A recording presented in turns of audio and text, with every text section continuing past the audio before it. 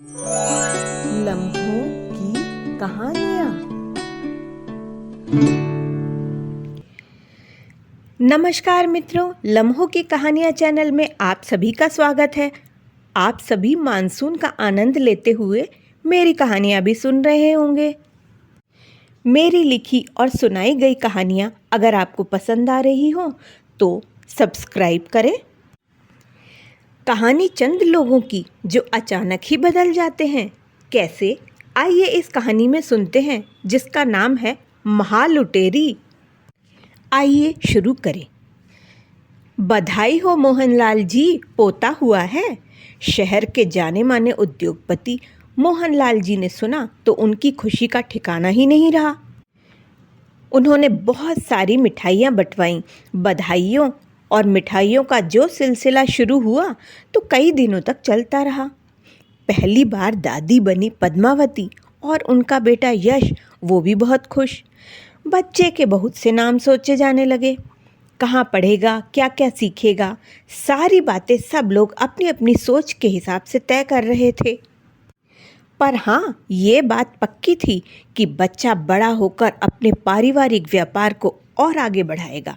देश विदेश में अपना, अपने माता पिता और दादा दादी का नाम रोशन करेगा। बच्चे के नामकरण का कार्यक्रम बहुत ही धूमधाम से संपन्न हुआ। शहर और बाहर के अनेक जाने माने लोग कार्यक्रम में सम्मिलित हुए। बच्चे का नाम रैबी यानी रवि रखा गया। पंडित द्वारा बताया गया नाम रवि तो सिर्फ जन्म कुंडली में ही लिखा रह गया। कार्यक्रम की भीड़ भाड़ और व्यस्तता में पंडित जी को दक्षिणा नहीं मिल पाई, तो पद्मावती ने अगले दिन फ़ोन करके उनसे क्षमा मांगी और उन्हें अगले दिन फिर से आने को कहा। पंडित जी जब घर आए तो उन्हें दक्षिणा, कपड़े, मिठाइयाँ और भी बहुत सारी चीज़ें दी गईं। जाने के पहले पंडित जी बोले, वैसे तो नामकरण वगैरह सिर्फ एक रस्म अदायगी के लिए ही कर लेते हैं आजकल बहुत से लोग, पर आप लोगों ने मुझे बुलाया है तो मैं एक ज़रूरी बात आप लोगों को बताना चाहूँगा। आगे मानना या ना मानना तो आप लोगों के ऊपर है। वैसे तो बच्चे की जन्म कुंडली में सब कुछ ठीक है, पर अगर बचपन से अच्छे संस्कार और सही शिक्षा मिली तो बच्चा बहुत अच्छा नाम कमाएगा, आपका पारिवारिक व्यापार बहुत आगे ले जाएगा। पर एक बात ध्यान रखें, अगर एक बार यह गलत रास्ते पर गया तो फिर इसका लौटना बहुत मुश्किल होगा। वैसे तो सबके अपने अपने कर्म व भाग्य होते ही हैं, पर पूर्व में परिवार के किसी सदस्य द्वारा किए गए गलत कामों का भी कुछ प्रभाव बच्चे पर पड़ सकता है। चेहरे पर तेज लिए बड़े आत्मविश्वास से पंडित द्वारा कही गई बात परिवारजनों पर असर कर गई। पैसों के दम पर अपने हर काम को साधने वाले परिवार के लोग पंडित जी की बात से बहुत प्रभावित हुए। दादी पद्मावती भगवान के मंदिर में बैठी सोच में डूब गई। वह स्वयं भी एक महत्वाकांक्षी महिला थी।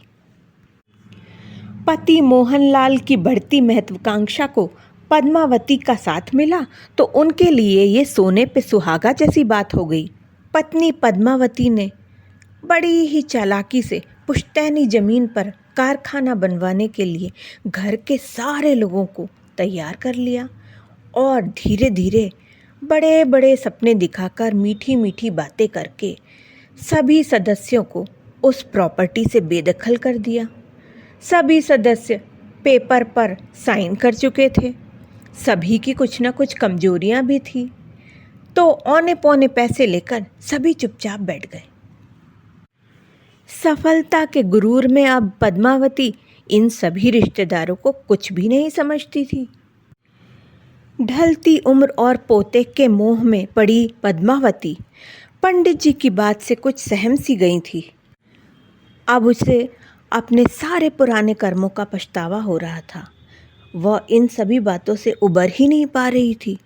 सोच रही थी, कहीं मेरा पोता मुझ पर चला गया तो?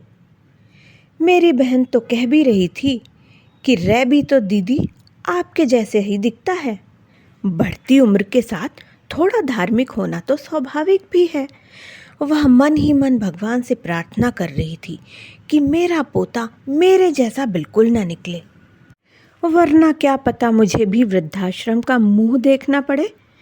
नहीं नहीं, अब मैं स्वयं तो बदलूंगी ही और बच्चे को भी अच्छे संस्कार व अच्छी शिक्षा दूंगी। शायद चुपचाप इसी तरह मेरे किए गए पापों का प्रायश्चित भी हो जाए। दादा मोहनलाल मन की शांति संबंधित कोई किताब पढ़ रहे थे। जब स्वयं का बेटा यश हुआ तो जवानी के जोश में व्यापार को आगे बढ़ाने की धुन सवार थी। व्यापार को आगे बढ़ाने के लिए उन्होंने क्या क्या हथकंडे अपनाए, अपना काम निकालने के लिए लोगों के साथ क्या क्या किया, ये उनके अलावा और कोई नहीं जानता था। किसे रास्ते से हटाना है, कैसे बिना रोक टोक सामान एक जगह से दूसरी जगह पहुंचाना है, और भी बहुत कुछ उन्हें याद आता जा रहा था। एक भी पेज पलटे बिना उन्होंने कई घंटे स्टडी में बिता दिए। सोचा, अगर पोता मेरे जैसा निकला तो? अक्सर सभी ईश्वर से यही प्रार्थना करते हैं कि उनके बच्चे या नाती पोती उनके जैसे निकले। पर हे ईश्वर, मैं आज सच्चे दिल से आपसे प्रार्थना करता हूँ, क्षमा मांगता हूँ कि मेरा पोता मेरे जैसे बिल्कुल न निकले। अब तो व्यापार से ज़्यादा मन की शांति ही सबसे ज़्यादा ज़रूरी है। अब ये मेरा प्रण है कि गलत काम छोड़कर व्यापार बेटे के हाथ में सौंपकर मैं पोते का भविष्य अच्छा बनाऊंगा, वह अपना जीवन शांति से बिताऊंगा। मेरे बहू और बेटे दोनों बहुत अच्छे हैं, रैबी उन्हीं पर जाए तो बहुत अच्छा हो। घर के एक अंधेरे से कोने में यश शराब व ड्रग्स व इनके अवैध धंधों से दूर रहने के उपाय खोज रहा था। कई डॉक्टर और कई विशेषज्ञों से सलाह लेने के बारे में सोच रहा था। मिशेल, ऐश्वर्या, साशा के साथ साथ कुमार, शशि, सामी, सब के नंबर उसने ब्लॉक कर दिए थे। ये सब उसके कई प्रकार के अच्छे बुरे कामों के साथी थे। वह सोच रहा था, माँ बाप ने मुझे इतने अच्छे स्कूल में पढ़ाया, कॉलेज की पढ़ाई के लिए विदेश भी भेजा, पर जाने क्यों उसने इन लोगों का साथ दिया और गलत लोगों से संगत बनाई। माना कि माँ बाप का प्यार और समय उसे कम मिला, पर उसे अपनी बुद्धि भी तो लगानी चाहिए थी। क्यों वो स्वयं पर नियंत्रण नहीं रख पाया और गलत रास्ते पर चल दिया। पर भगवान का बहुत बहुत धन्यवाद कि पत्नी मुझे बहुत अच्छी मिली, अच्छे संस्कार वाली, धार्मिक कार्यों में ध्यान देने वाली पत्नी, जिसने मेरे माता पिता, मेरा और सारे परिवार का बहुत ध्यान रखा। उसके आने पर तो घर का माहौल ही बदल गया। भगवान करे मेरा बेटा रैबी अपनी माँ के ही ऊपर जाए। अब मैं भी उसके साथ साथ अपने बच्चे की अच्छी परवरिश की कोशिश करूँगा, साथ ही मेहनत, लगन और ईमानदारी से अपने घर का व्यवसाय और आगे बढ़ाऊँगा। यही मेरा प्रण है, यही मेरा प्रण है।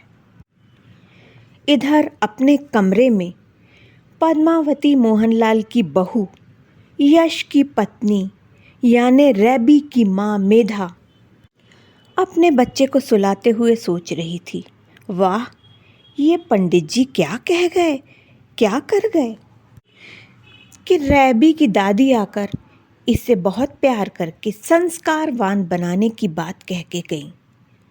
फिर दादाजी भी आ गए, दादाजी भी प्यार व समय देने की बात कह के गए।